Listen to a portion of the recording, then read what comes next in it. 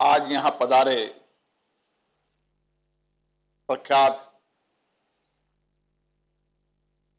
सामाजिक और विभिन्न क्षेत्रों के अंदर इस देश की सेवा करने वाले सभी पद्म पुरस्कार प्राप्त लोगों का मैं संसद परिसर में हार्दिक अभिनंदन करता हूं, स्वागत करता हूं। उन सभी माननीय सांसदों का भी जो इस कार्यक्रम में आए, जो अपने अपने क्षेत्र में मानवीय संवेदना से काम करते हैं, क्षेत्र की जनता के सामाजिक आर्थिक बदलाव के लिए काम करते हैं, उन सभी जनप्रतिनिधियों को भी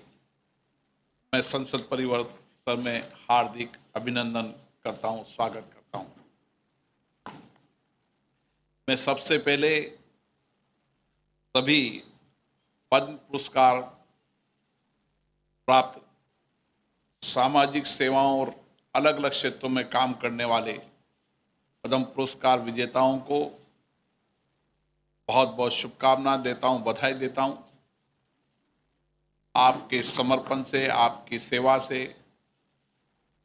आपकी देश के प्रति निष्ठा से निश्चित रूप से देश के सामाजिक, आर्थिक, मानवीय जीवन के अंदर व्यापक परिवर्तन आया है। माननीय सांसदगण भी जो लाखों लोगों का प्रतिनिधित्व करते हैं, जनता के सेवक होते हैं, उनका संस्कार, उनका लक्ष्य जनता की सेवा करना और एक सेवक के रूप में अपनी भूमिका निभाते हैं। इसलिए दोनों ही क्षेत्रों के लोगों का काम एक समान स्थिति का है और इसीलिए पद्म पुरस्कार के रूप में आपने जो सेवाएं दी, जो उत्कृष्ट कार्य किए, जिन उत्कृष्ट कार्यों से समाज में एक व्यापक परिवर्तन भी हुआ, समाज को एक दिशा मिली, उस किए गए कार्यों को किस तरीके से हमारे संसद सदस्य भी आपके अनुभव, आपके ज्ञान, आपके किए गए कार्यों से सामाजिक आर्थिक बदलाव और विशेष रूप से आपके जीवन पर समझना चाहते हैं, आपके अनुभवों का लाभ लेना चाहते हैं, आपके किए गए उत्कृष्ट कार्यों को से जो बदलाव हुआ, उसकी समझ, उनके अनुभवों को प्राप्त कर वह भी अपने अपने क्षेत्रों में इसी तरीके के सामाजिक आर्थिक बदलाव लाने के लिए प्रयासरत है। मुझे याद है कि माननीय संसद सदस्य मानवीय संवेदना के साथ काम करते हैं, जहां उनका अपने अपने क्षेत्र के अंदर, तमाम क्षेत्रों के अंदर जहां सामाजिक सेवा के माध्यम से बदलाव के लिए भी की भूमिका रहती है, देश में कानून बनाने, कानून से लोगों के जीवन में बदलाव आना, की स्थितियों में परिवर्तन आना,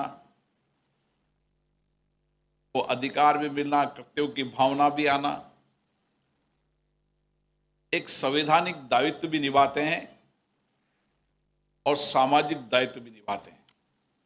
और सर्वश्रेष्ठ जनप्रतिनिधि वही होता है जो सामाजिक कार्य को सबसे प्रथम में रखे। और मैं जितना जानता हूं, मैं ये अनुभव के साथ कह सकता हूं मेरे सभी माननीय संसद सदस्य इसी संवेदना के साथ काम करते हैं और इसीलिए लोकसभा की प्राइड ने ये कार्यक्रम शुरू किया है। इसका एक प्रथम चरण है, प्रारंभिक काल है। आप देख रहे होंगे कि पद्म पुरस्कार प्राप्त करने वाले जिनको देश का सर्वश्रेष्ठ पुरस्कार मिला है, किस तरीके से सामाजिक जीवन में उनका जीवन है। आर्थिक और सामाजिक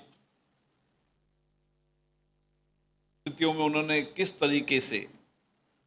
अपने जीवन में संघर्ष कर देश की समर्पण सेवा के माध्यम से। अभी मुझे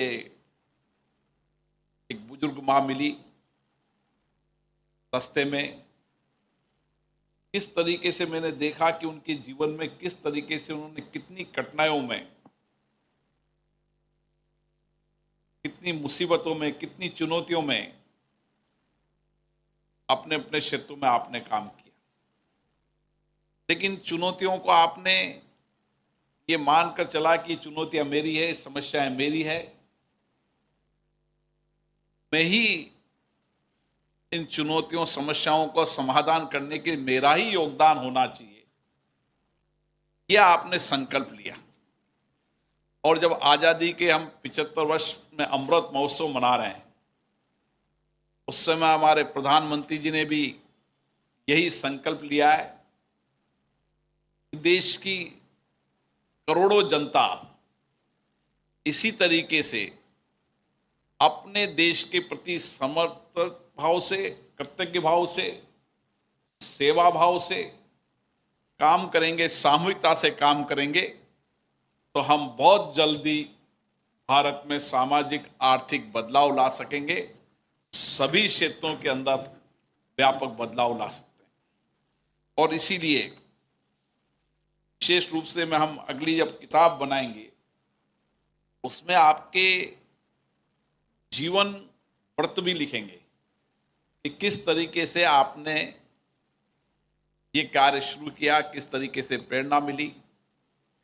और किस तरीके से आपके काम शुरू करने से उन क्षेत्रों के अंदर सामाजिक और मानवीय परिवर्तन आए। कई पद्म पुरस्कार विजेताओं ने आर्थिक बदलाव के लिए काम किया, ज्ञान के क्षेत्र में काम किया है, कला के क्षेत्र में काम किया है। अलग अलग क्षेत्र के लोगों को ये गौरवपूर्ण सम्मान मिलता है और उसमें चयन करते समय ये विचार किया जाता है कि समाज के दूर दराज के इलाके के अंदर भी वो काम करने वाला व्यक्ति जिसकी कोई पहचान नहीं है, लेकिन और जो न प्रसिद्धि के लिए काम कर रहा है, मीडिया से दूर, टेलीविजन से दूर, उन्होंने सारा जीवन केवल मानवीय संवेदना के लिए समर्पित कर दिया है। ऐसे लोगों का हम अनुभव प्राप्त कर सकें। और ये सत्य इसलिए बुलाया गया है कि हमारे पद्म पुरस्कार प्राप्त लोगों के अनुभवों से, उनके ज्ञान से, उनकी मानवीय सेवा में किए गए कार्यों से और उसके साथ साथ किस तरीके से चुनौतीपूर्ण क्षेत्र के अंदर आपने काम कर जो सामाजिक और आर्थिक बदलाव लाया, मानवीय संवेदनाओं के साथ काम करके मानवीय जीवन में परिवर्तन लाया। हमारे संसद सदस्य भी आपके अनुभवों, आपके विचारों, आपके कार्यों से साझा कर सके। लोकतंत्र का मंदिर इसीलिए है कि जब संसद में संवाद होता है, चर्चा होती है, वाद विवाद होता है, वहां पर हम एक दूसरे के अनुभवों को भी साझा करते हैं, विचारों को साझा करते हैं, क्योंकि देश में लोकतंत्र है, जीवंत लोकतंत्र है। इसलिए जहां सरकार के कार्यों की आलोचना करनी हो, नीतियों की आलोचना करनी हो, वहाँ सार्थक रूप से उसकी आलोचना भी की जाती है ताकि सरकार की नीतियाँ पॉलिसी भी ठीक बने। उसी के साथ साथ सरकार के अच्छे कार्य, जिन कार्यों से सामाजिक आर्थिक बदलाव लाया, उसकी भी चर्चा संसद में व्यापक होती है। इसलिए लोकतंत्र की हमारी इन संस्थाओं के अंदर जो चर्चा और संवाद का केंद्र है, जहां हमारी कोशिश रहती है उच्च कोटि की चर्चा संवाद हो और जो सांसदों ने अपने अपने क्षेत्रों में अच्छे काम किए हैं उससे दूसरे माननीय सांसद या देश के अन्य जनप्रतिनिधि उनके अनुभव, उनके विचारों, उनको कार्यों से प्रेरणा लें। और आज हम सब भी, आप सब लोगों ने जो देश के अंदर अलग अलग क्षेत्रों के अंदर काम किए हैं, आपके अनुभवों, आपके विचारों, आपके कार्यों का लाभ हम उठाएंगे। ये एक प्रारंभिक है। आने वाले समय के अंदर हमारी कोशिश है कि अलग अलग क्षेत्रों के अंदर चाहे पद्म पुरस्कार प्राप्त विजेता हो या अन्य काम करने वाले लोग हों, उनकी जीवनी, उनके कार्यों की किताब हम देश के सभी जनप्रतिनिधियों तक पहुंचाने का काम करें। क्योंकि लोकसभा सर्वोच्च संस्था है, उसकी जिम्मेदारी है कि देश की जितनी भी लोकतांत्रिक संस्थाएं हैं और देश के जितने भी जनप्रतिनिधि हैं वह जनता के प्रति जवाब दे रहे हैं और अपने कार्यों से वह जनता के अंदर सामाजिक बदलाव, आर्थिक बदलाव, मानवीय बदलाव लाने का काम करें। और इसीलिए मैं आप सभी को धन्यवाद देता हूं कि आप यहां पर पधारे हैं। मुझे आशा है कि आपके अनुभवों का लाभ माननीय सांसदों को मिलेगा। अलग अलग क्षेत्रों के कार्यों के अनुभव का लाभ मिलेगा। मैं एक एक व्यक्ति पद्म भूषण का महानुभवों का अगर परिचय कराने लगूंगा तो काफ़ी समय लग जाएगा, लेकिन मैं कह सकता हूं कि आपके कार्यों से हमें सीखने का बहुत लाभ मिलेगा। और एक जनप्रतिनिधि वही होता है जो अच्छे कामों को, अच्छे कार्यों को हमेशा सीखता रहे। वह जिंदगी में मानकर चले कि मुझे अच्छे ज्ञान, अच्छे अनुभव को हमेशा प्राप्त करते हुए मुझे जनप्रतिनिधि के नाते मेरी जनता का दायित्व मेरा है और जनप्रतिनिधि को इसी अपेक्षा, आकांक्षा से लोग चुनते हैं कि वह केवल संसद में पक्ष विपक्ष या चर्चा न करें, सामाजिक कार्य भी करें। और मुझे आशा है कि जिस तरीके से कोरोना के समय हमारे माननीय सांसदों ने जनता के बीच में जाकर अपनी जान जोखिम में डालकर जिस तरीके का काम किया, उनके अनुभव हमने किताबों के अंदर किताब निकाली, तो उन्होंने पूरे तरीके से समर्पित भाव से राजनीतिक अपेक्षाओं से ऊपर उठकर उन्होंने कोरोना महामारी के समय अपनी जीवन को समर्पित किया देश के लिए, मानवीय जीवन के लिए। और इसीलिए मुझे आशा है कि आज आपके अनुभवों का हमें लाभ मिलेगा और आने वाले समय में ब्राइट इसके लिए एक व्यापक किताब निकालेगी और फिर समय समय पर सभी देश के जनप्रतिनिधियों और आपके बीच में एक व्यापक संवाद और चर्चा अलग अलग प्लेटफॉर्म पे होगी। हम चाहते हैं कि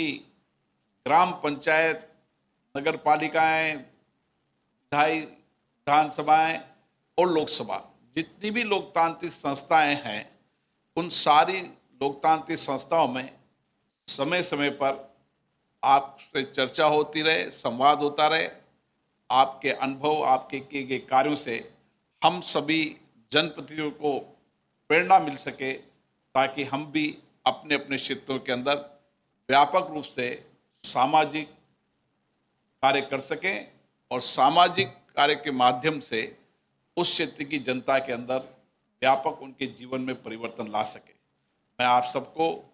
बहुत बहुत शुभकामनाएं देता हूं, बधाई देता हूं और विशेष रूप से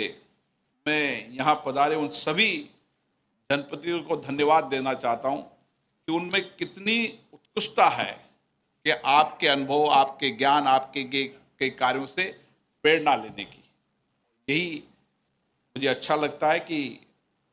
हमारे सभी जनप्रतिनिधि बहुत मानवीय और सामाजिक संवेदना के साथ काम करते हैं। निश्चित रूप से आपके अनुभव, आपके विचारों का लाभ हमें मिलेगा और हम कोशिश करेंगे कि आपके अनुभव, विचारों को नीचे तक पहुंचा सके ताकि हमारे जनप्रतिनिधियों को व्यापक प्रेरणा मिल सके और हम सब मिलकर सामूहिकता के साथ इस आज़ादी के अमृत महोत्सव में, जब आज़ादी के 75 साल हो गए हैं, हमारा संकल्प है कि 75 साल के आज़ादी के अमृत महोत्सव में हम पूरा जीवन राष्ट्र के नाम समर्पित करें। देशभक्ति, राष्ट्रभक्ति हमारे जीवन में रहे, क्योंकि आज शहीद दिवस भी है और जिस तरीके से हमारे शहीदों ने बलिदान दिया, कुर्बानियां दी और उसके बाद देश आज़ाद हुआ, वैसे ही संस्कार आने वाली पीढ़ी को भी पढ़ें कि वह भी देश और राष्ट्र के प्रति समर्पित हो। और यही संस्कार और यही संस्कृति हमको यहाँ पर संसद में और लोकतांत्रिक संस्थाओं में अपनानी है। आप सबको बहुत बहुत धन्यवाद, बहुत बहुत साधुवाद।